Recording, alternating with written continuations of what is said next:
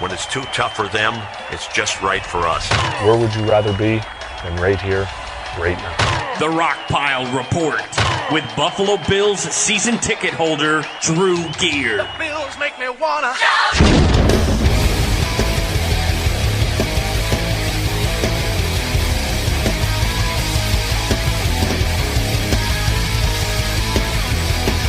Here comes Allen. We know he can run with it. Blanket a tackle. Allen runs his end zone. Touchdown.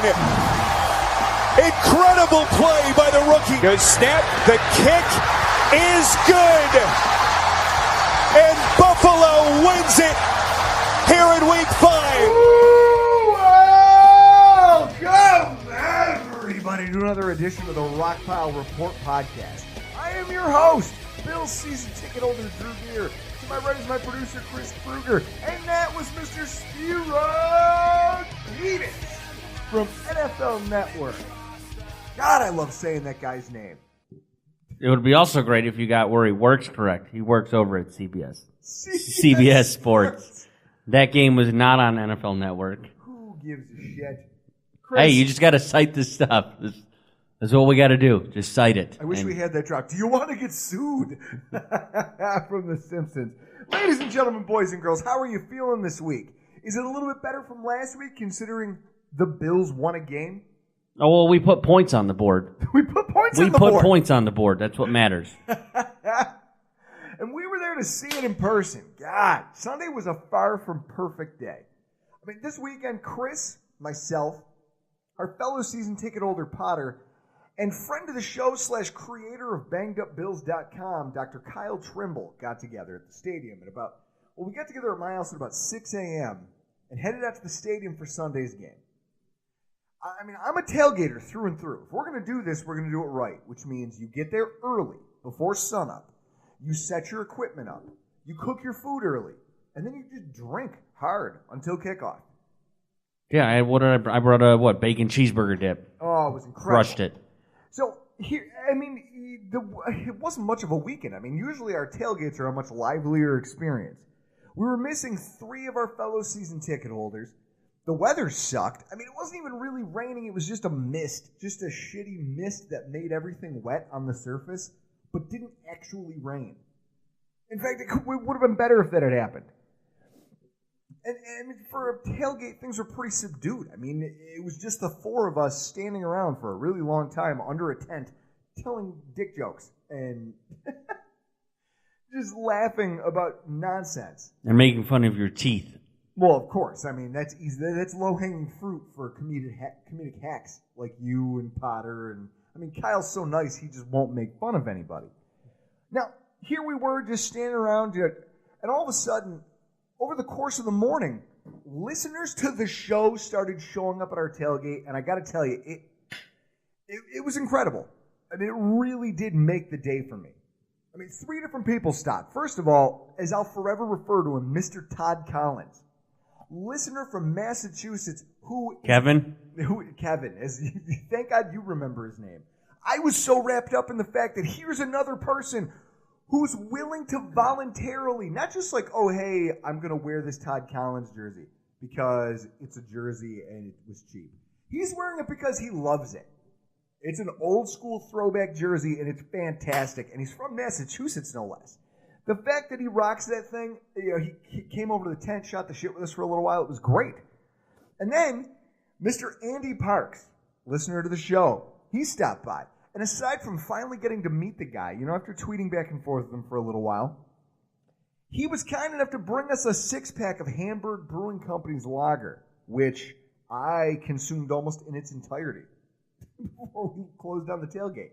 Yeah, because when we're tailgating, I prefer to drink a mixed drink. I don't really touch beer outside of tonight for the sake of beer watch and drinking these things all season long. What I'll say is this, Andy, thank you so much for coming out. We very much appreciate the beer. And we got into a conversation, and we're kindred spirits in the train of thought that as a grown adult over the age of 30, there's something weird about wearing a jersey of a guy who's a decade younger than you. I just can't do it. I haven't bought a new jersey since Darius, which I bought when I was about 25. So I've got a T.O. jersey I bought in a parking lot in Atlanta for $30. But see, he's older than you. That fits this. Throwbacks are okay. Custom jerseys are cool. You just don't want to be. I don't know. There's something weird about walking around with a 22-year-old's name strapped on my back. I'm sorry. I just can't do it. And I'm glad to see that I have a kindred spirit in Mr. Parks. And then probably the biggest surprise of the entire morning. Well, Andy Parks is the only one that said he was coming by the tailgate. Exactly. Kevin and then Mr. Rowan Keating. Hailing all the way from Australia. Dropped in and spent the morning hanging out with us. It was just out of nowhere. Guy just pops in. Hey, it's Drew. It's Chris. I know. Yay. I expected to see the flag. And I was like, well, I didn't get a chance to hang it up. It's still in the truck. Who are you again? And then we got to talking. He's a fan of the podcast from Australia who flew all the way here to the States just to watch sports. What, Chris? He said he's been here for a few weeks? Yeah, like a month. He flew in from Sydney to L.A., rented a car, and has just been driving up and down and across the United States. Went to the Green Bay game, came here. I think he said he was going to a Tampa Bay Atlanta game. He said it was one of the it was awesome getting to talk with him because he got to go to his very first hockey game and see the Sabres win, which is incredible in and of itself. Then in the same weekend, came to a Bills game and got to see his very first Bills victory in person ever. And just in talking to him, it was incredible to me because we just had a blast discussing his travels and just all of his anticipation of the game and rugby and how hockey made no sense to him. He didn't really understand the concept of icing and. Yeah, you don't know rugby, and he don't know. You don't know hockey, so you had fun explaining it to each other. But it was also really cool getting his perspective on what he thought about the Bills, considering he doesn't get a lot of input from the local media. That was nice. It was a great experience all the way around.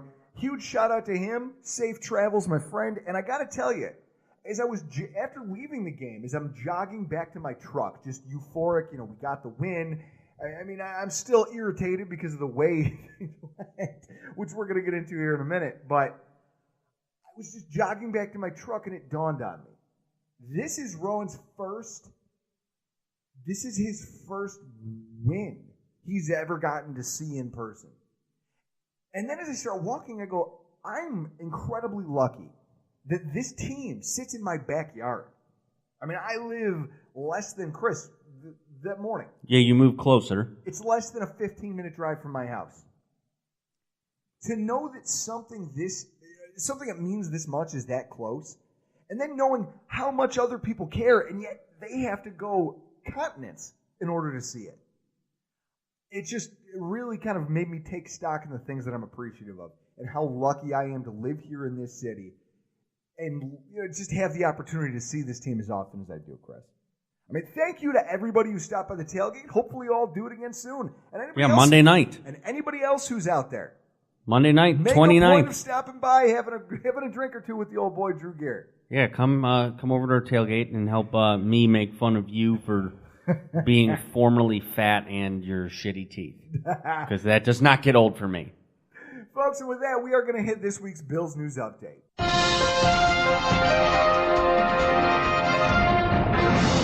LeSean McCoy has been the subject of trade rumors. Chris, trade rumors. Hey. Trade rumors. LeSean McCoy, the Buffalo Bills. It's insanity to talk about, and I'm not even going to waste my breath. Here's the biggest story to break this week, as told by Mike Garafolo.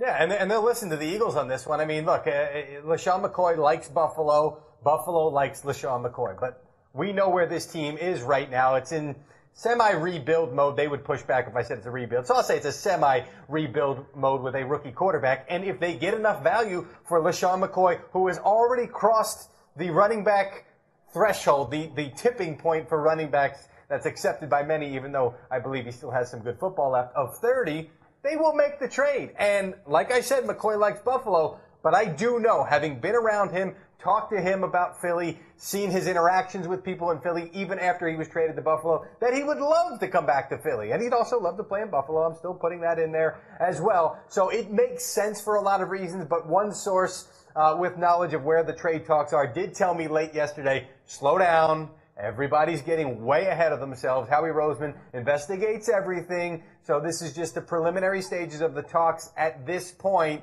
I'm sure he's also talked to other teams about other running backs as well. We'll see where it goes as we get closer to the trade deadline. Mike Garafolo, NFL Network, with the shady trade rumors. Have people lost their minds? I'm sorry, Chris. In what universe does it make sense to trade LeSean McCoy? Easy, we're rebuilding. I stupidly opened up Twitter once I found this out that this is being talked about. I opened up Twitter and then had to close it out of frustration. The same people who do there's a contingent, I think, of Bills fans who are mentally ill. And when I say that, here's what I mean. You all have split personality disorder. Because what I see is the same group of people who said that the Bills were going to only win 3 games are the same group of people who bitch that the Bills look like a team that might only win 3 games. And then at the same time, they're the same team to then say, well, I can't believe we're this shitty. We're terrible. This team sucks. But we should also trade LeSean McCoy because that'll fix the thing I'm angry about. He's 30 years old. You people are out of your fucking minds. He's 30. Why not trade him? I'll tell you why you don't trade him. Yeah, running backs are good after 30? No. Because right now he's the only thing that works on this team. He's it. He's the only consistent thing that you can bank on from one week to the next as far as having an opportunity to be great. He's it. All right, well, why not trade him so you can get some halfway decent draft capital? Because you're not going to get halfway decent draft capital. The Eagles don't have it to give to you. They have, a couple second-round draft picks that you're never going to see. He's a 30-year-old running back, Chris. At best, your return's going to be a 4th or a 5th-round pick, which at that point is the same thing you got for A.J. McCarron. You're not going to give up LeSean McCoy for that. And even if it was a 2nd-round pick, what you'd be doing is this. You want to tell me that the Bills are in the middle of rebuilding. Okay, that's fine. You want to tell me that the Bills are going to make moves that say, hey, we're going to try to get some things done. We're going to try to grow as a team. We are going to build towards something. You also made the decision earlier this season to roll out your rookie quarterback, knowing he wasn't ready to go out there. What he needs is a team around him so that he can learn how to be a quarterback. Do you know what happens when you trade LeSean McCoy, the only consistent thing on this team, off the roster? Everybody else, I shouldn't say everyone, but there is going to be a contingent of people who decide, you know what? If the team's going to quit in week 5 on us, then we're going to quit too. We're going to half-ass this and just collect our paychecks and go figure out what to do with our lives after the fact. How is a rookie quarterback supposed to learn in that kind of an environment? No, he won't. Instead, he'll go back to being Justin Long in the movie Dodgeball, just taking wrenches to the face for no reason. It's a stupid idea, and if the Bills do it, then they're dumber than I've ever given them credit for. It's great. We're on opposite sides on that. Belichick always traded people when they got hit 30 and got decent returns. Belichick had Tom Brady. He didn't have anybody he needed to protect because his quarterback did everything. Who'd they get rid of? Like Ty Law, Lawyer Malloy, Richard Seymour. Richard Seymour, I think, yielded a first-round pick. They had Tom Brady. None of it mattered. When you have defense matters. When you have not to last year's New England Patriots, who were the worst defense in football and went to the Super Bowl. Why? Because they had the highest scoring offense in the game. Because they had Tom Brady. Your argument is flawed. You're like a horse wearing a snorkel. You don't make fucking sense. God, I hate you. Well, plus the Eagles, forced Brady to fumble to win the game. But that's neither here nor there. That defense wins championships. No, because that same defense gave up 500 yards passing. But the play that mattered was made on defense. Suck a dick. Moving on. It's neither here nor there. We leave it at this. Yeah, we'll be fighting outside on Seneca Street in South Buffalo at 10:30 tonight. Come watch. No, don't even bother. It'll be over by 10:32. In other news, The Bills have made the weekend's rumblings official and signed quarterback Derek Anderson to a 1-year contract. It's surprising, considering that I had forgotten about the guy completely. I mean, I had just assumed, Chris, that he would have already retired to Cleveland, where he could walk around, relive the only glory day he ever had. And literally no one in the city would recognize him as a former NFL player. His life would have been perfect. 2 of 17 for 23 yards and a 6-3 win. What a horse's That's ass. all I remember about Derek Anderson. I mean, it's anticipated that his presence here on the roster is going to be to serve as a mentor to Josh Allen. Now, if you think about it conceptually, as far as the roster goes, it makes sense. Darnold has McCown. Rosen has Bradford. Mayfield has Tyrod. Now, it might work because Derek Anderson was the mentor for Cam Newton, as Cam Newton was kind of rising, as a quarterback. And he had a lot of things to iron out in his game. I mean, Chris, do you remember what a turnover machine Cam Newton was early on in his career? No, I just remember him winning national championship, the 21-point comeback on Alabama. But then you don't remember the first 5 years of his career because you're not a real football fan. You're just a dude who sort of watches football. And I just wanted to bring up that one time in college, Cam Newton beat the shit out of Alabama. We might actually fight here tonight, folks. It makes sense because Bean saw that. Bean got to be part of that process and watch how Derek Anderson worked with Cam Newton behind the scenes. So if they think it's a good idea, I trust him. But here's my question. The timing on this. Why wasn't it done sooner? If you took care of this in the offseason, Allen might not even be playing in these games. He might not be. He wouldn't be out there getting his head kicked in behind questionable play calling and a bad offensive line. You might be having him learn behind Derek Anderson, who's out there being a human punching bag, a sacrificial lamb for this team, to go out there and say, hey, you've got Josh Allen, and he's going to learn from somebody. And he's going to learn from you by meetings, by working with you, but then also by watching all the things you do and learning how not to do them. If he gets caught up to speed, I don't want to see him enter the game at all, unless there's an injury. Well, obviously, but look at, Chris, the overarching point for me on this signing.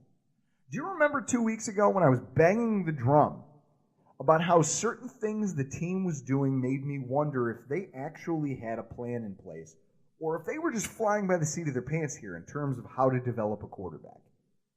I mean, this move, you're right. It's a nice move to bring in a veteran presence to try to mentor a young quarterback. But it underscores the previous points I made and the concerns that I have with the fact that there might not have been a ton of forethought put into how to put this roster together in order to make sure that Josh Allen could grow into a successful professional. That's from Jump Street. That should concern the hell out of everyone. That here in Week 5, the team has finally identified the need to find a veteran presence. I mean, it's absurd. And it's something that, I'm sorry, I'm not, there's a lot of people out there who are applauding this move. I don't think it's a bad one. But if anything, it makes that pit in my stomach a little bit bigger in terms of watching this rookie GM and rookie head coach handle a rookie quarterback. Chris, I don't know if I'm going to make it this season. This stuff is just going to eat me alive. No, you don't. You'll make it. Everybody's going to want to see that, even if you don't make it. What, the meltdown? Just the complete unhinging of a fat guy with no shirt on in the Bills parking lot? Yeah, I will just step back with my camera, obviously, take video, and watch you just blow your stack in the parking lot. Security and tasers. It'll be, Chris, the day I lose it over all this nonsense, it's going to be epic. As long as we're talking about epic, you want to talk about an epic game in terms of on the edge of your seat and yet still cursing everything under the sun? Our Week 5 recap, folks. The Buffalo Bills pulled off a home win, unexpected, 13-12. Let me run down the stats of the game for you. Marcus Mariota, 14-26 for 53%, 129 yards, no touchdowns, 1 interception, 2 rushes for 10 yards, and a 51.6 rating.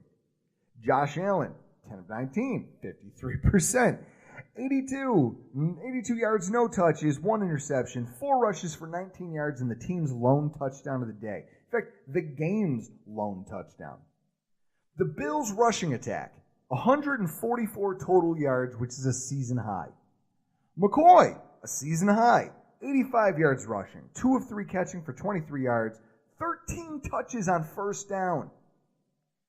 Bills' defense, 3 turnovers, 2 fumbles, 1 interception, 1 20-yard pass allowed, 4.9 yards per attempt allowed through the air. Chris, is it safe to say, watching this offense, last week my biggest bitch was the fact that LaShawn McCoy only saw the ball 8 times, and that we abandoned the running game almost from the gate? Well, yeah, because we got down early. What do you mean? Well, down early doesn't matter. You still have to establish the thing that is the strength of your team. And we failed to do that grossly last week. So, a week removed from one of the most confusing performances I've witnessed from a Bills offensive coordinator, Dable rebounded, in my eyes. I thought he called a pretty solid game. It didn't sound like that in the stands, I'll tell you that. Oh, no, because in the stands, I'm like those guys from, what's the movie, Major League? Okay. Oh, Randy Quaid. The biggest change from last week to this week, I think it's the thing I swore about most. McCoy's lack of involvement, Chris. It's clear that somebody got in Dable's ear, whether it was McDermott, whether it was McCoy, or just, I don't know, reason, common sense. Just a few minutes ago, I said it. McCoy touched the ball 13 times on first down. He only touched the ball 8 times during the entire game in Green Bay. And 6 times he saw the ball on both first and second down. The results are there. They speak for themselves. McCoy hit his highest yardage total this season. He single-handedly picked up 4 first downs, including that on that game-winning drive that, I'm going to catch the ball 3 yards, 4 yards out from the line of scrimmage, and then I'm just going to juke my way through the field for 14 yards. Yeah, while holding the ball like a loaf of bread. While holding the ball like a loaf of bread. It's infuriating to some people watching McCoy hold the ball, but he's done it for so long and hasn't fumbled that you got to trust him at this point. I mean, overall, they emphasize running the ball up the middle rather than trying to bounce everything outside like we've seen over the first few weeks. I mean, they had tried up the middle, but that was running behind Ryan Groy. With Bodine, this is the first game where they really kind of emphasize, hey, we're going to run up the middle of the field. Now, last week, they had just 8 attempts up the middle for 66 yards. And a lot of them came when the game was already out of hand and the Green Bay defense was playing prevent defense. This week, against a defense who was missing their starting interior linebacker, Wesley Woodyard, and starting safety, Kenny Vaccaro, they made it a point to pound the middle of the field. 28 attempts, and 91 of our 144 total yards came rushing up the middle of the field. I mean, Chris, that's an important statistic. It really is. It shows the fact that, A, our offensive coordinator maybe knows how to analyze a defense's weaknesses like we sit here and try to do every week. But at the same time, it also underscores the fact that the interior of our line is getting better. They're getting better. I mean, that's the important thing. And maybe it has a lot to do with the substitution of Ryan Groy for Russell Bodine. I don't know. That's what I was going to ask you. It's got to have something to do with Bodine now playing and not Groy, because Groy was awful to start the season. He was. And so it's interesting to see that Bodine seems to be gelling with the guards in terms of the run game, and they're really starting to make some hay up the center of the field. Now, on to something a little more depressing. Josh Allen. In my time watching quarterbacks play for the Bills over the last 20 years, I don't know that I've seen a guy be more up and down, not even from game to game, but from play to play. Sometimes he looks fantastic. I mean, he sets his feet in the pocket, he stands tall and with pressure in his face, and he cuts some really sharp passes. I mean, think about Charles Clay. Hits him over the middle. I remember during the game, we were all laughing, sitting there going, wow, Remember when we used to yell for Tyrod to throw those? Because he caught the ball 5 yards and took it for like another 6. And then he gets Zay Jones the ball right before the interception that went off of Andre Holmes' hands. He gets Zay Jones the ball for a 3rd and 10 completion for I think it was like 12 yards. He gets the first down on a play where he knows the pass rush is coming. He stands tall and he just cuts a sharp pass straight out about the hash mark area for a completion and a first down. I remember I was talking to whoever was sitting next to us. I forgot the guy's name. He works at Man Moser's in Hamburg. Go see him for chicken wings. But it was like a 3rd and long for the Bills, and I said to him, I turned to him and I said, who would you rather trust in this situation? It's 3rd and long. Do you want Josh Allen or do you want Tyrod Taylor? Who do you have more faith in to make this first down? The answer is Josh Allen. You're damn right, because at least Josh Allen will throw the ball. I mean, Tyrod Taylor led the league. Not led the league. That's an egregious lie on my part. Depends on what league. AFL? He didn't lead, but he was high in terms of 3rd down completion percentage. And that's one of the things that national pundits point to when they say, well, look at how good Tyrod is. But he was throwing screen passes or just running the ball himself. Allen is at least willing to take those shots. And he did. And he made a couple of them, and it was great. But at the same time, in between those tentpole plays, there's at least a dozen plays where the ball ends up thrown into Kelvin Benjamin's knees, like on that crossing route. Chris, do you remember? It was on our side of the field, and I see the ball leave Allen's hands, and I'm confused for a second because I don't see it in the air.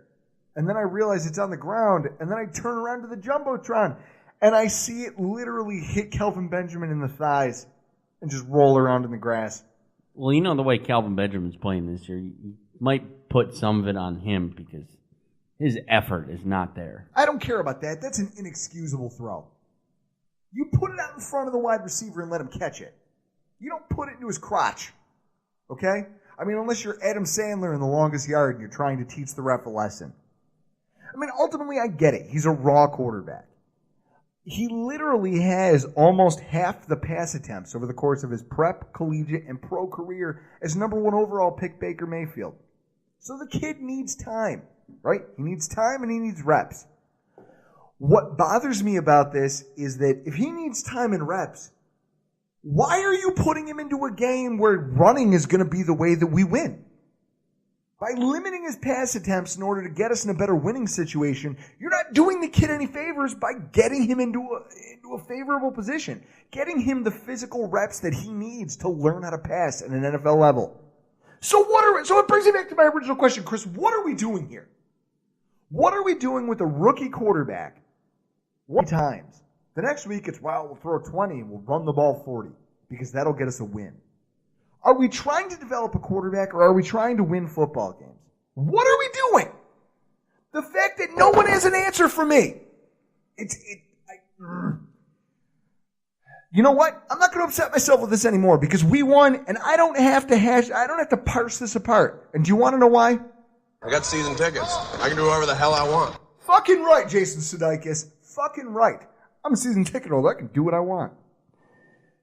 Chris, the defense, I think without a doubt, saved the day for the Buffalo Bills.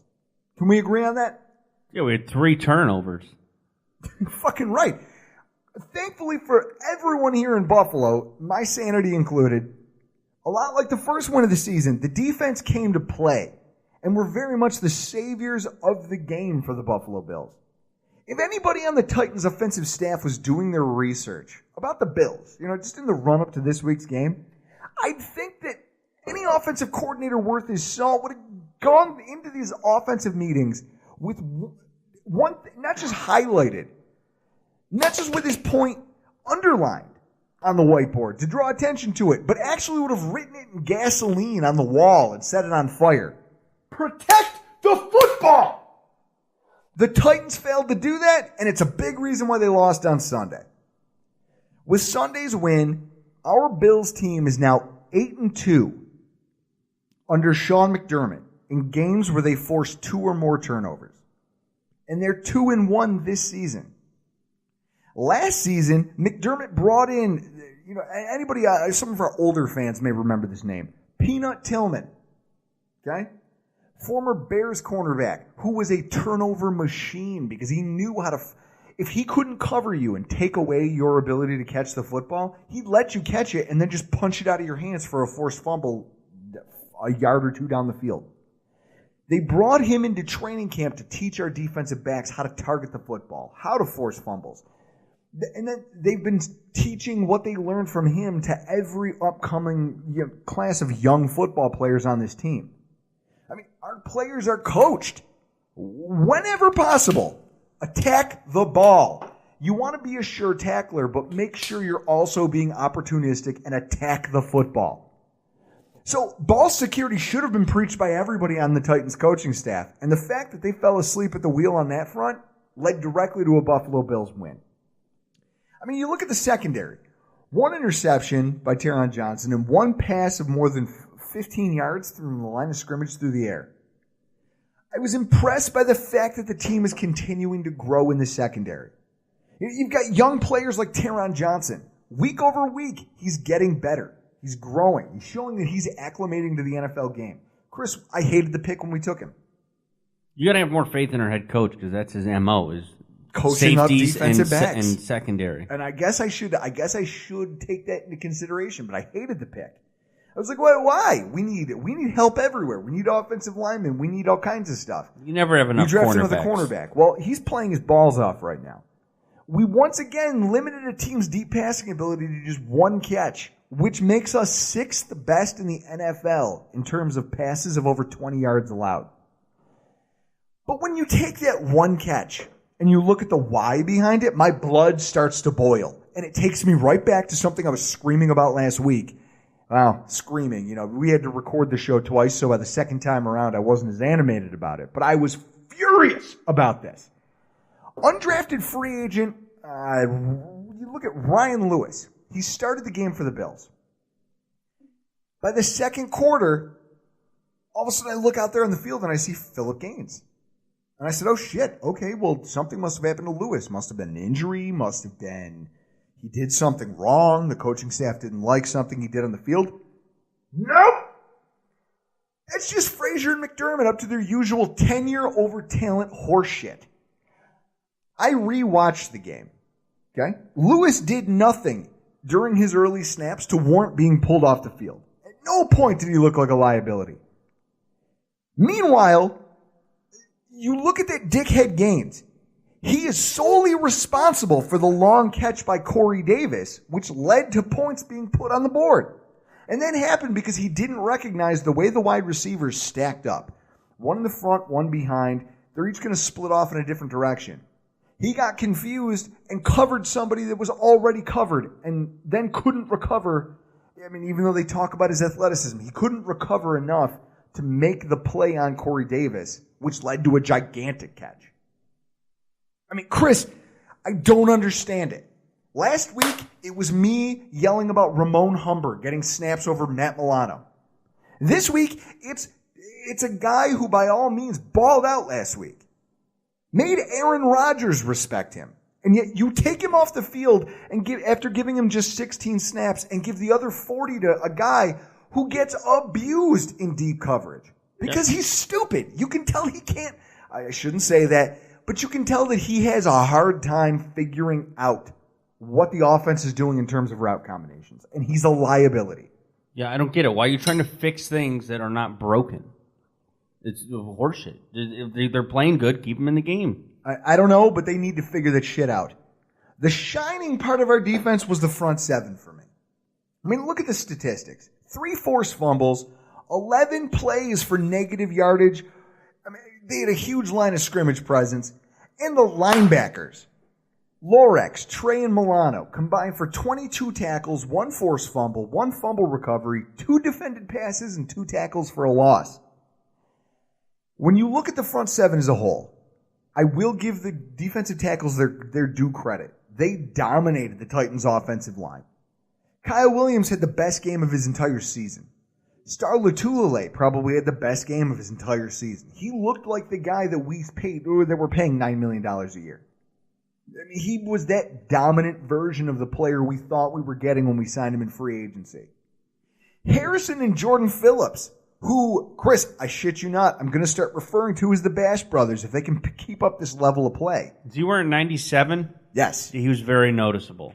Someone that don't know what's going on half the time, and I focus solely on you watching the game. I did notice 97 jump off the field. Fucking right. He was a monster. He's the biggest guy in our defensive tackle group. Jordan Phillips, cast off from the Miami Dolphins. We bring him in off waivers. He comes in and just starts making splash plays in his first start, action here in Buffalo. It's incredible. The defensive tackle group did great. And Harrison Phillips looks like he's ready to kind of start sliding, eating up more of those snaps that Kyle Williams has been taking, which I think is going to be great. It could lay the foundation for us to start scaling back Kyle Williams' workload, keeping him fresh for fourth quarters and pass rushing situations, which would be huge. I mean, think about the production we could get out of that guy if we massage this group the right way. We have was it Jordan Phillips? He keeps playing the way he's playing. Then that's taking away snaps from Kyle Williams, which you need to. Harrison Phillips. Harrison Phillips. More snaps. And in fact, you could rotate. The thing about Jordan Phillips is you can put him at either Lotulule's position or Kyle Williams. He can play 3 or 0. Well, I guess I call that, 0 technique or 3 tech. When you flip-flop them like that, and you got a guy who's a true nose, who's just out there to eat blockers, Jordan Phillips is big enough to do that at 341 pounds and 6 foot something. I think 6'6", 6'7". At the same time, he's such a penetrator that you can put him out there in the other role and rotate guys. I mean, this might have that waiver move might have really. I mean, most waiver moves just kind of come and go.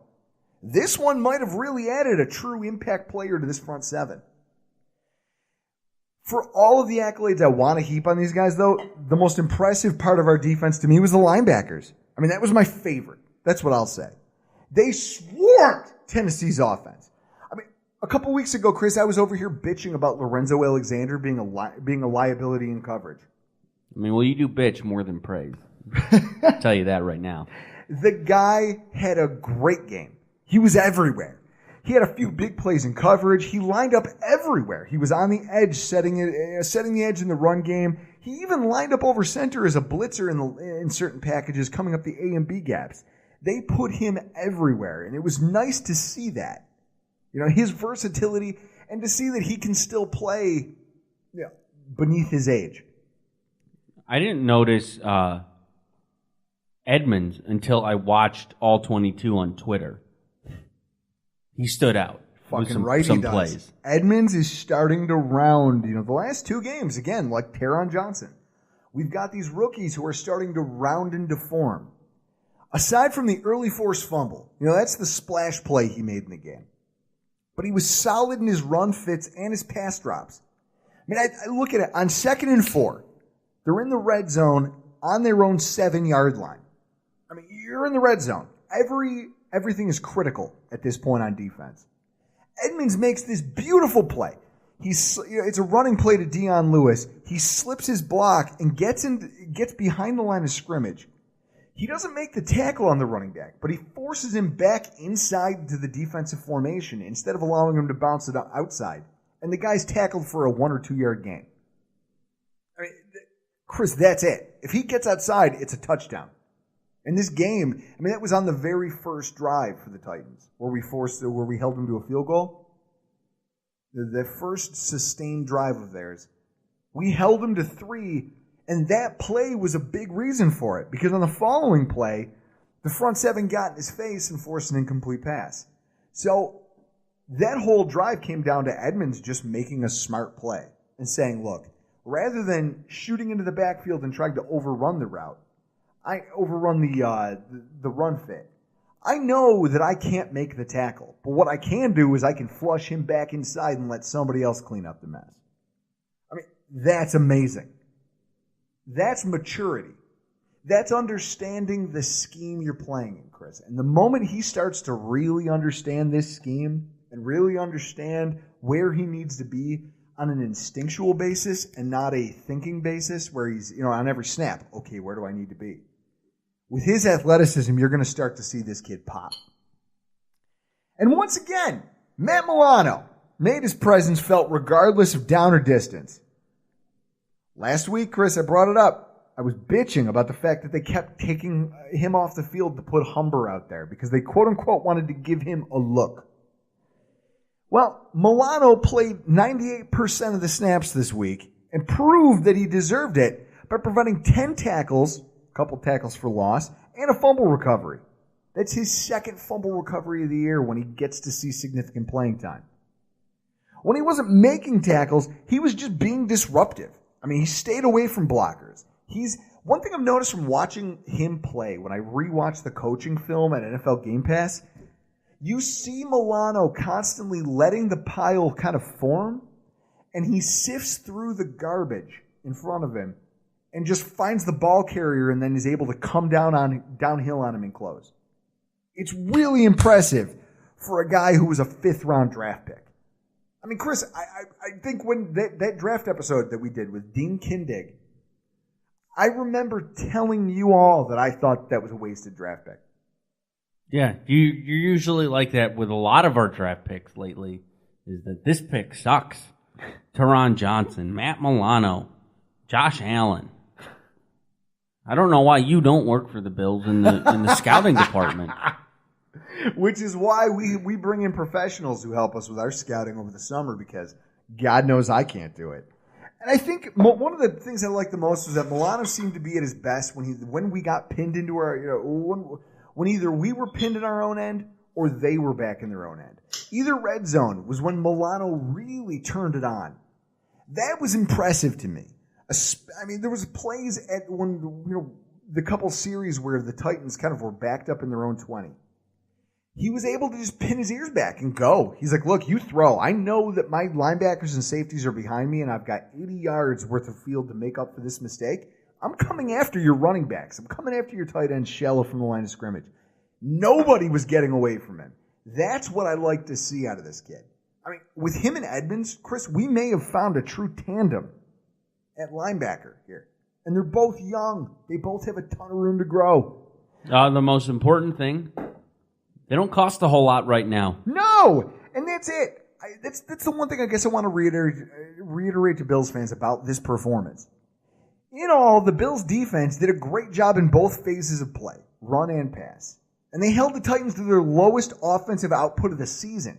It's just 221 yards. I mean, you think about it, this is a quarterback who threw over 300 against the Eagles' defense last week.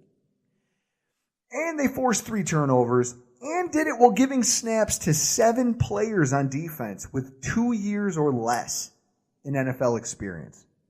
4 of whom played at least 50% of the snaps. If that doesn't get your blood pumping, I don't know what does.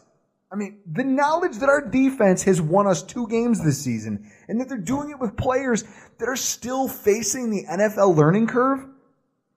If this staff can continue to cultivate these young, talented players and massage them into just what is a cohesive defensive unit, we could be looking at a cost-effective, high-performing defensive unit that doesn't come with a high price tag sooner rather than later.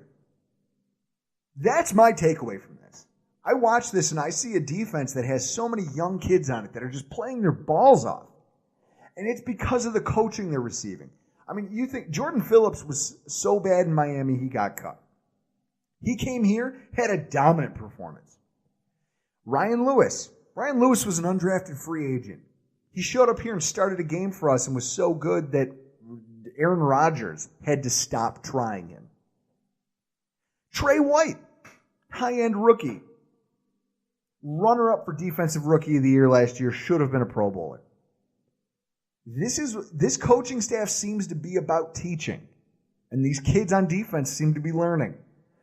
I don't know if the offense will ever really catch on underneath Sean McDermott, but at least I can say that the defense, the young kids are thriving, Chris. And that, more often than not, is probably going to be the way we have to win games this season. And so that leaves us to the hero and zero of the week. I got to give it to inside linebacker Matt Milano. Here's the deal. I'm the best there is, plain and simple. I mean, I wake up in the morning, I piss excellence. The kid was incredible, and he just put on a show. I mean, 10 tackles, Turnovers, again, he's collecting loose balls. Aggression. He's an aggressive line. I mean, he's a former safety, but he plays with a level of aggression that you don't see out of guys who are only 6'1". That's probably the most impressive thing to me. On the opposite side of this is the zero of the week. Who's a guy who's on the opposite end of the spectrum, and that's big-ass wide receiver Andre Holmes. Hey, if you want me to take a dump in a box and mark it guaranteed, I will. Is this because of his the ball off his hands that was eventually picked? Absolutely. I'm sorry. I went back. You didn't like the effort for the rebound? I watched the film, which is something I hate. It makes my skin crawl when I see people go, well, I got to go back and watch the tape. Well, I'm going to go watch the tape, and I'm going to do some in-depth quote-unquote film analysis. Fuck you. You're going to go watch a guy throw a ball at another guy, and then because you have credentials and I don't, you're going to bloviate about how much more you know about it than I do. Go fuck yourself. That being said, I watched the film. Andre Holmes had that ball squared up. It was a great throw it was one of the few throws of the day where you saw Josh Allen step up in the pocket, square himself to the receiver, really cut the ball. And the receiver just lets it get into his hands and up like a fucking volleyball game. In a game this close, where your defense is putting the offense on its back, that's not acceptable. It's not. Those mistakes are the type of mistakes that cost you football games. He's been around the NFL long enough to know it, and that's the reason that he's the zero of the week, because he should know better. But Chris, things went a lot worse for a lot of other people in our division this week. I mean, I think it's safe to say there's at least one fan base out there who's feeling much worse than we do today. And with that, we launch into this week's AFC East Roundup. Starts off in New England on Thursday Night Football. Patriots 38, Colts 25. I didn't watch the game. I tried to, and I kept falling asleep. Here's what I'll say. Here's what I saw. I saw the Patriots all of a sudden be able to run the ball. That's it. Sony Michel is the story of the game for me. Well, he's on my fantasy team. He had 98 yards, a touchdown, and his touchdown run, Chris, was absurd because it's like the safety thought he could close on him, and then not realizing Michel has a second gear. And Michel stiff arms this guy to the ground and just sprints away from him. Like, okay, because I was at the Sabres game. I didn't get to see it. So are we talking like the stiff arm from Monday night, Pittsburgh and Tampa? Not quite that vicious. Okay. But Jesus, it was still just... It's one of those stiff arms that you look at, you don't even like... Where you retire at halftime? You don't blame the safety. You just look at him and go, man, you got fucked up. And then the Colts. The Colts, my takeaway from that is that the Colts were a team that got they got handed the ball. There was a couple absurd turnovers. One of which, Gronk catches a ball near like the 20-yard line, and it's like he's waving a flag as a bullfighter and just olays the ball up into the air, and it gets picked off. Like there was some absurd shit happening, and yet the Colts couldn't find a way to ever really threaten New England. New England's back. They have, 2 weeks in a row, they've just stomped the shit out of their opponents. And this week becomes must-watch football. Can they dig out of the hole that they were in? Can they? Against the hottest up-and-coming team in the AFC. Patrick Mahomes. Your boy. I'm sorry. The Chiefs, this game is incredibly intriguing to me because the Chiefs are one of those teams. Sometimes they have the Pats number. Sometimes the Pats have their number. Eric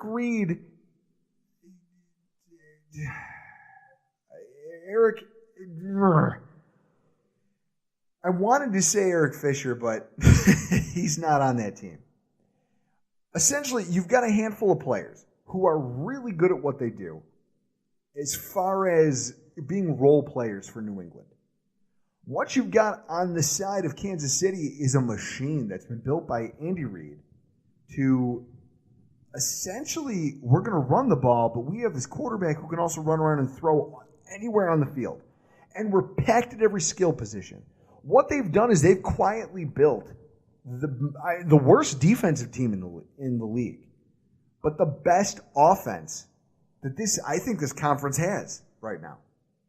So that's going to be the question. Can the Patriots, with all of Belichick, I mean, you think about Belichick and Reed going back over the years. They've gone back and forth. Can they find a way, Andy Reid and company, to get past New England? Whereas in years past, it's kind of been the opposite story. You know, when Brady's in, when the roster's healthy and everybody's there, they seem to just always have the Kansas City Chiefs number, except for the random home loss here and there. This game is must-watch TV, folks. I'll be damned if I don't find a way to stay sober enough to stay up for it. Then the New York Jets. Jets 34, Broncos 16. My takeaway from this game was a narrative shift on offense. I mean, in weeks past, I bagged on Sam Darnold for the fact that all of his throws were within 5 yards of the line of scrimmage and the team wasn't putting a lot on his plate.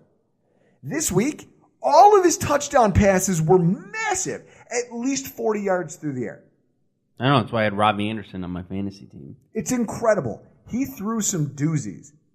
And you know what? I can't fault him for it. They destroyed the Broncos. And the rushing attack did a lot of the damage. I mean, when you look at the inflated score, a lot of that was the fact that Isaiah Crowell just destroyed these guys. You had, 215 yards on 18 attempts? If you had Isaiah Crowell starting in your fantasy team, good for you, because that was a matchup I never saw working. I just didn't. My takeaway from this is that this offense is really starting to put its faith in Sam Darnold, and when it does, it's enough to back safeties and defensive backs out of the box, which opens up their running game. And Isaiah Crowell has been, over the last few years, a good running back. I mean, he was good for the Browns. Now that he's here with New York, it's scary, Chris. It's scary to see that team putting their offense together like that again. What do you think about this? I mean, Darnold's going to be amazing. I've been telling you that for years, since he was in high school.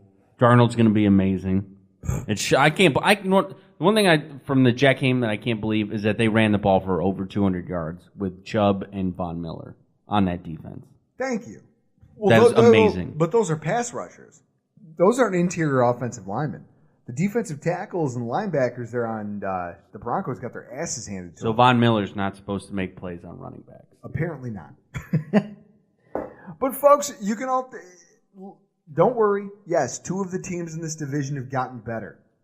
But there's always one in this year's team that we can all kind of look at to claim the booty prize.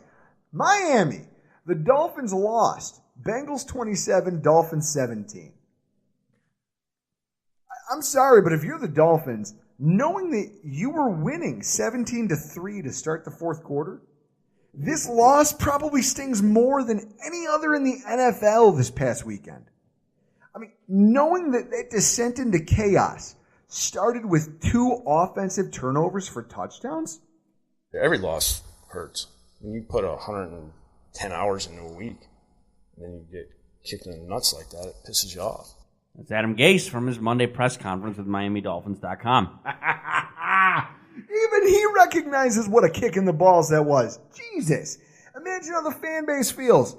2 weeks ago, Dolphins fans were screaming that they had taken over the division, that this was theirs now, and that the Patriots are done. Our time is now. Fuck these guys. We run this shit. Today, it's like Chicken Little over there. Human sacrifice, dogs and cats living together, mass hysteria. At the end of the day, the offense hung the defense out to dry. When your defense does well enough to hold the opposing team to 3 points through 3 quarters of football, I'd argue that you've done enough to win a football game. And at the same time, your offense, all of a sudden, because your offensive line is a goddamn sieve, you just spot them 14 points and tie the game. That's it. The wheels have come off. Now it's a scratch game, but your offense has been lulled into a false sense of security. And there's no excuse from it. There's no excuse.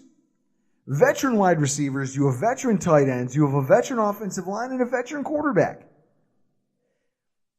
Right now, everybody is looking at the, if you go to Bodog or OddsShark gambling websites, you'll see that Jason Garrett is leading as far as when you look at odds to be fired for an NFL coach, if you wanted to wager money on it. Jason Garrett is leading the league. I'd wager that Adam Gase is actually more likely to be dismissed than anybody on any other staff anywhere here in the country. Every single season, we hear Adam Gase complain at the end of the season. Well, I saw guys quitting and I need better, so I'm going to bring in my guys. They gave him full control of the roster. When he was hired, Gase was given essentially GM control, the same way Bill Belichick has. He's constantly whining about needing his guys. And yet, year 2, well, I saw a lot of guys quitting. Well, I thought those were your guys. I thought that you had vetted all these guys and determined them as, hey, this is the team that's going to do it for us. So then this year, we're going into it. Your offensive line, all of your acquisitions are either struggling or injured. And the veteran guys that you have, your Kenny Stills, your former first-round pick Devontae Parker, is it, Chris? Sounds about right. Devontae Parker. He plays for the Dolphins.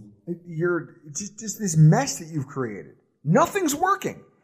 And that's the frustrating part because Gase is supposed to be an offensive guru. And yet the offense is the thing that's tanking their team, not the defense. It's incredible to me, and I don't know how much longer this guy will have a job. All right, Chris, can you bring 2 more beers out of the fridge? Because we need to get lined up for this. This week's Week 6 preview. Buffalo Bills against the Houston Texans. Let's run it down like we always do, Chris. Time, 1 o'clock Eastern Standard. Place, I don't know what the hell their stadium's called. NRG. NRG Stadium.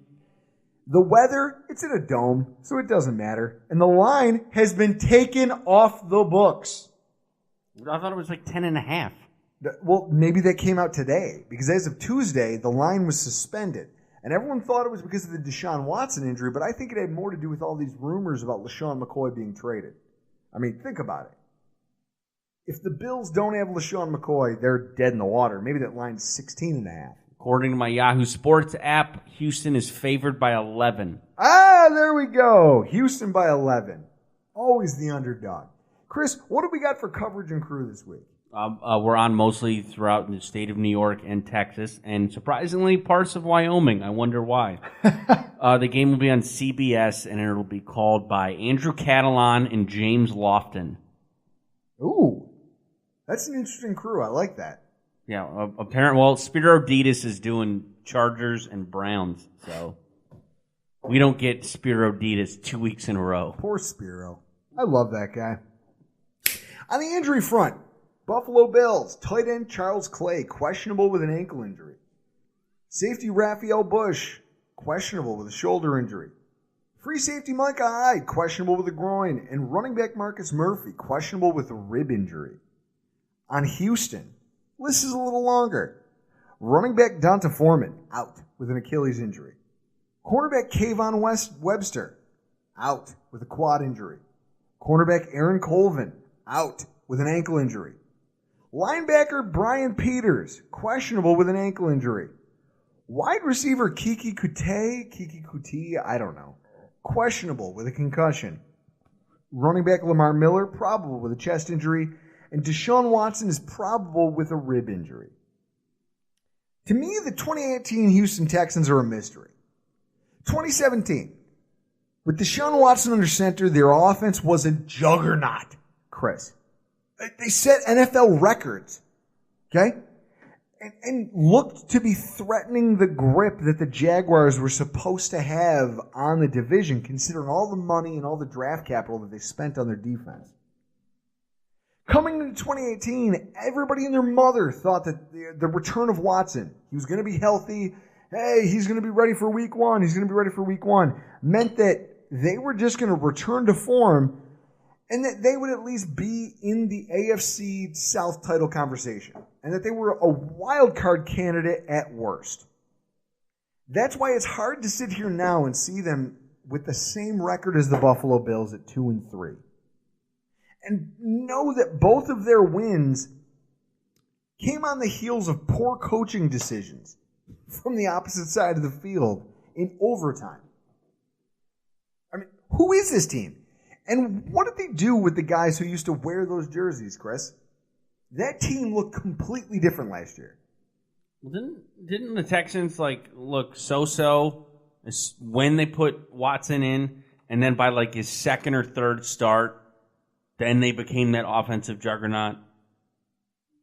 That was when the coach went back and redesigned their playbook. Yes. And as soon as they changed the playbook, it worked.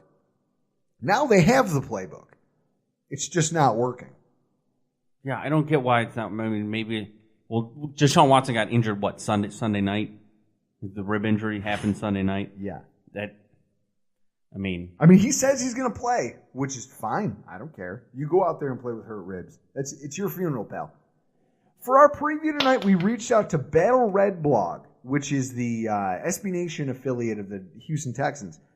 We reached out to their film analyst, Brett Coleman, for information. He's a Texans fan. He runs his own YouTube channel, which provides film review from around the NFL. And he'll be joining us next week for a recap to this game and a preview of our matchup with the Colts. So when talking to him about all this, and just doing my own research, Chris, this is where I want to start our preview. Deshaun Watson injury underscores an offensive line that is in trouble. As of Tuesday, like I said, this game wasn't being offered by most sports books as a bettable option. A lot of that, yes, you can bring in the LaShawn McCoy angle, but you can also bring in the fact that people didn't know what was going to happen with Deshaun Watson. When you have a guy with a quarterback with a rib injury, where he's clearly uncomfortable on the sideline, he's constantly fidgeting with his pads, rubbing his chest, you can tell he's having a hard time breathing when he's running around. That's big news for anybody, especially a quarterback who thrives off moving. Most of his success has come when he's been able to move around in the pocket and evade pressure. For me, just looking over the stats in 5 weeks worth of game-related data, Chris, I'm seeing a new picture starting to form. I need to know what the hell is going on with the line in Houston. First of all, you look at the rushing attack. They're second in the NFL with 145 attempts as a team, whereas the Bills have 141. But they have 2 fewer rushing touchdowns than the Bills to go along with the same number of runs of 20-plus yards and are just a half a yard per carry better. And you figure McCoy missed a game. If LaShawn McCoy had played, those numbers would probably be higher. So, you figure the other games, Chris, we were so behind. As to your point, every time I bring up the Green Bay and Baltimore games, our lack of running. And Chargers, don't forget that game too. When you're behind, you stop running the football. Yeah. So to know that this team has almost the same number of attempts as us, and at the same time has been less effective, it's I don't know. It makes you wonder. Okay, so you're not running the ball well, then you should be at least passing the ball well. And you made it to 2-3 somehow. And then I look at the passing side of the ball, and one statistic sticks out like a sore thumb. Quarterback hits allowed. The Bills are leading the NFL with 22 sacks. Josh Allen is leading all quarterbacks at that rate. And in yardage lost from sacks. But the Titans have 18 sacks. But when you look at quarterback hits, not only are the Houston Texans leading the NFL, they've allowed 20 more than the Bills through just 5 weeks. They're averaging 10.5 hits on the quarterback per game. And they're on pace to finish the season with 168 whacks on the quarterback. Chris, the single season record for the NFL is 104 sacks in a single season, set by the 1986 Eagles and Randall Cunningham. The fact that this kid is on pace to at least outpace that contact ratio, it's not good. It's not. So who do you blame for it if you're looking at the Houston Texans? And what can we exploit? Rookie left tackle Martinez Rankin. Prior to Sunday versus the Cowboys, I don't even have the updated statistics. I just have what I looked at before the game.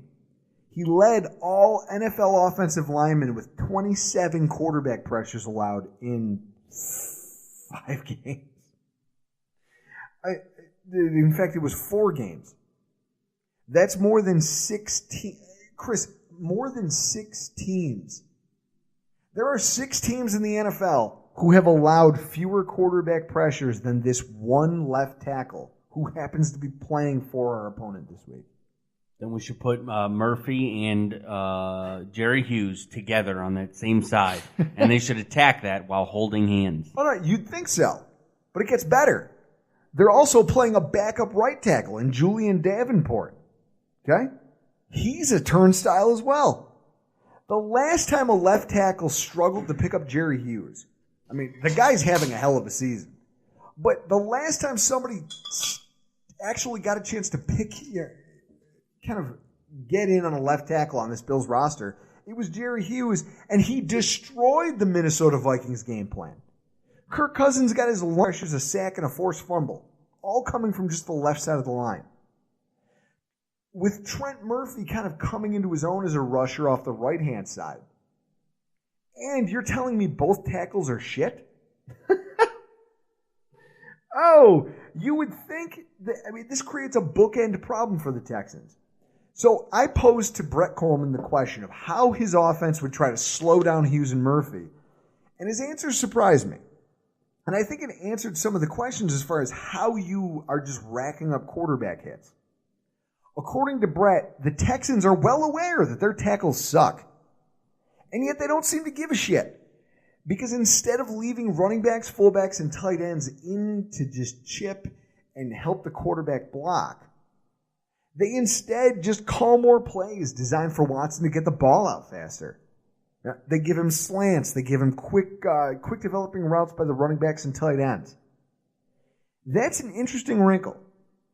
You're talking about a team that says, hey, we're getting our quarterback slugged to death back here, but we're not going to help him.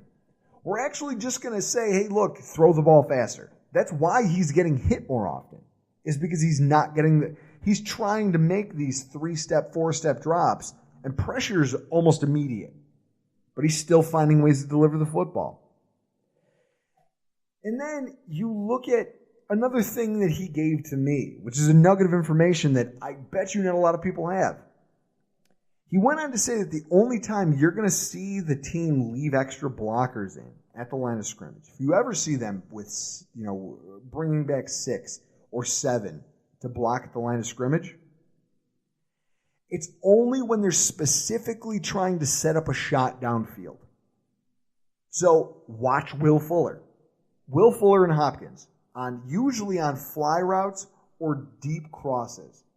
That's it. He said that the only time you will ever see the Houston Texans bring extra blockers in is when they think that they need it because they want to try to get away with a 40-yard pass. That's an interesting wrinkle, especially considering that if a guy like Brett can come up with that, and people like us can see this stuff, NFL defensive coordinators have to be aware of that, Chris, right? Sure. I mean, it worked early on in the season for the Houston, but in the last few weeks, anybody out there in fantasy who owns Will Fuller will tell you that's kind of gone away. The deep passing game has kind of evaporated for him, hasn't it? Well, yeah. Plus, Will Fuller has been off and on healthy. I think he's battling like a hamstring injury. He's always battling an injury. Given both of those things, I think it's a good thing that the Bills have done 2 things. One, they've improved every week since week 1 in tackling after the catch.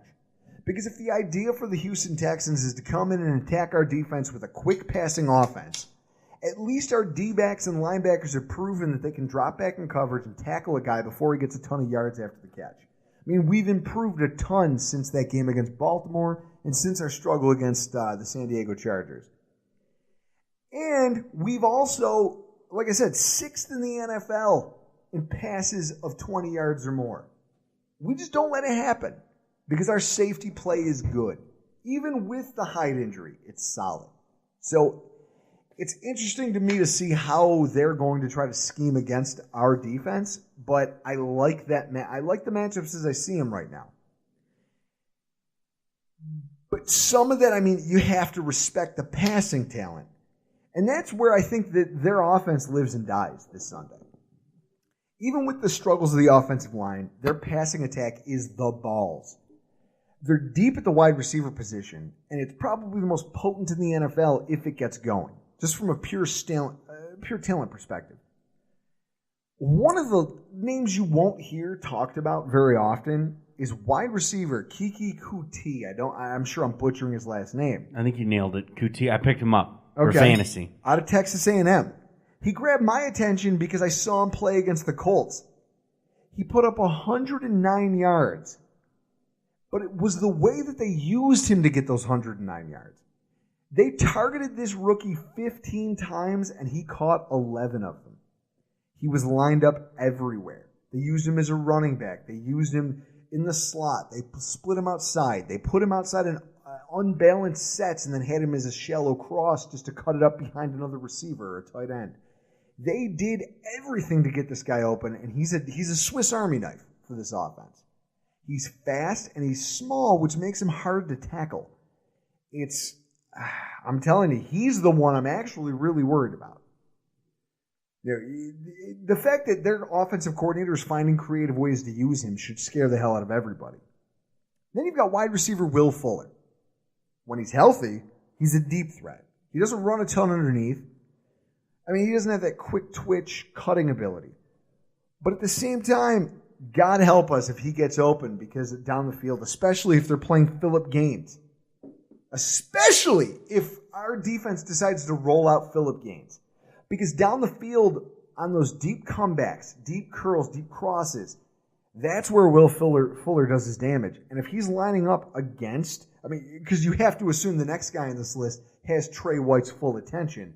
If it's Phillip Gaines on Will Fuller, I'm terrified for the entire afternoon. Their wide receiver chart is topped out by DeAndre Hopkins. The guy is a monster. He does it all. Short passing game, deep passing game, throws over the middle, he'll go up the seam, and in the red zone, he's everywhere. He has size, he has speed. No secondary can ignore him in the NFL. You can't leave just Trey White on him. You can't. He's too good. And unlike premier names like Julio Jones, his team actively leans on him in the red zone too, which makes him even that much more dangerous. We're 5 games into the NFL season. DeAndre Hopkins currently has 39 catches, 594 yards receiving, and 2 touchdowns, and a catch percentage of 68. The Buffalo Bills' entire roster currently has 70 catches, 772 yards, and 2 touchdowns. That underscores the type of talent we're talking about when he can almost out-receive our entire team. It's going to be a huge ask, and the way that they choose to use him offensively is going to be a tough ask for our defense to cover. Now, speaking of defense, on the defensive side of the ball, I had another question for Brett. There's knowns and there's unknowns.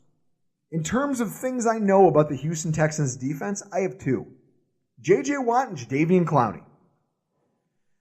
The 2 of them will destroy our offensive line. Chris, it's inevitable, like taxes coming due, and me, once per Bills game, just tipping my head back and screaming, "Fuck!" at the sky. Okay? Oh, and wishing some kind of venereal disease on all of our players and coaching staff. I shouldn't say all of our players, but during this past week's football game, I did lean forward to the guy who was sitting in front of me at the game. And he said, "Man, you really dislike this staff." And I said, "Yeah, well, they tried to run a fake field goal, and, whoever came up with that idea, chlamydia. Chlamydia to him and everybody he knows." Just out of frustration. And that's just where my mind goes. Sorry, I'm fucked up. J.J. Watt and Jadeveon Clowney.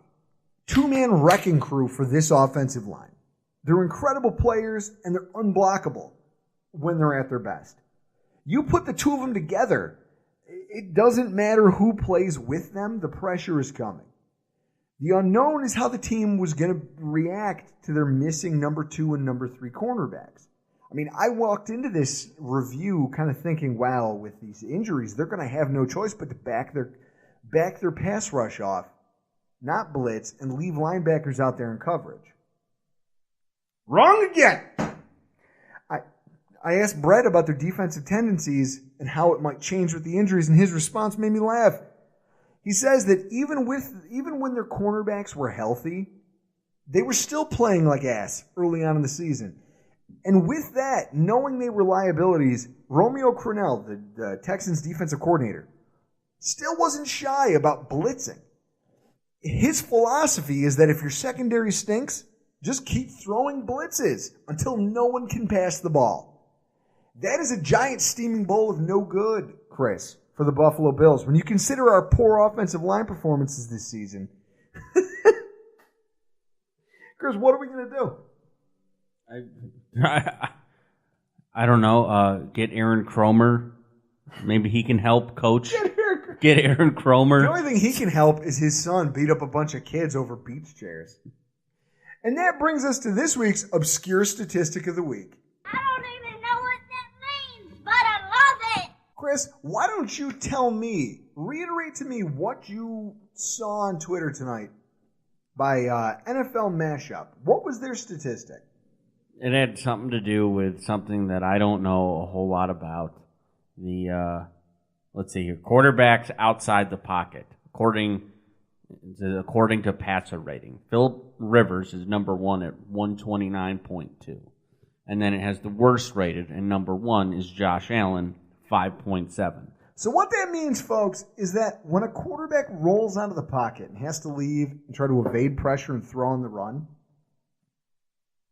Josh Allen's rating is less than a 10. In the words of Rick James, that is absurd. Yeah, it's like mace. Every time I dig into any kind of passing statistics for this team, it just stings the eyes. And that brings us to our keys to victory, Chris. And I've got a couple of them. Pray? No, well, some of them might. First and foremost, Jerry Hughes winning against left tackle Martinez Rankin. Rankin is having one of the worst seasons in terms of pass protection that any NFL starter has had in almost decades. Hughes is going to have to find a way to exploit that and keep the deep passing game from getting off the ground. On the opposite side of the ball, the rushing attack has to stay hot. Despite the fact that the Texans have J.J. Watt and Jadeveon Clowney, they're the 24th ranked rush defense in the NFL. Considering they'll be without two of their top three corners, and the amount that our offense is clearly going to rely on the rushing attack, it's going to need to be the backfield that carries the load for this offense. Because the last thing you want to do, Chris, is make your quarterback a sitting duck. And that's the third key. Keep Josh Allen alive. Watt and Clowney against a rookie quarterback leading the NFL in sacks taken. On paper, this looks like a nightmare scenario. And you'd think that the only way to mitigate that is to move the pocket, get him outside, let him throw on the move. Yet from Chris's statistic that he dug up earlier tonight, that may not be a recipe for success either. I mean, that may be the easiest way we get back to another Green Bay performance. That being said, if throws from the pocket are the way that we're going to win this game, then it's going to be on the offense to get creative and figure out how to get more than 89 yards passing while ensuring that Josh Allen doesn't end up in a neck brace somewhere. That's it. I mean, that's all I've got, Chris. I mean, it's going to come down to what happens in the trenches for me because their offensive line is terrible. Jerry Hughes ain't that bad, and so is Trent Murphy when healthy, and vice versa. We have a shit O-line, and they have Clowney and Watt. So I'm going to be looking for, in the trenches... I would trade our whole defensive line for Trey and for Jadeveon Clowney and J.J. Watt. I probably would too. But the one thing I'm going to look for... I would run a what is it? If you're talking 11 guys, I would run a formation that was just the two of them, a shitload of linebackers, and maybe two safeties to cover deep. That's it. And that would be and I would flood the field with short area zone and just let just like Clowney and Watt go in there and dick punch their way to the quarterback. Oh, God. The two of them are murderers. Yeah, I think it's They're killers. It's going to be one in the trenches. I'm going to be interested to see if either defensive line can force turnovers, whether that's fumble or interceptions, with pressuring Allen or Watson to where they're forcing a throw that they don't want to make and it gets intercepted. That's it. It's on our defense. Our defense has to stay opportunistic, and they got to get the pass rush going. Guys, make sure you tune in on Saturday. We're going to be live on Periscope, running down the final injury report, talking, final keys to victory. Now that everything's become a little clearer and we've done a little more research, it's going to be a lot of fun. We really have to reestablish, Chris, our identity as the show that does a Saturday night video. Yeah, well, considering you moved, so that's why we haven't been able to get on Periscope lately. Friggin' moving process. I'm so glad that's over. Guys, we got to get out of here, but before we do, make sure you're following us at Rockpile Report on Twitter. You can email us, fan questions. We're happy to read them on the air at rockpilereport716@gmail.com. And make sure you're giving Brett Coleman, like I said, our Texans contributor. He's going to be on the show next week. It's at Brett Coleman, BRETTKOLLMANN on Twitter.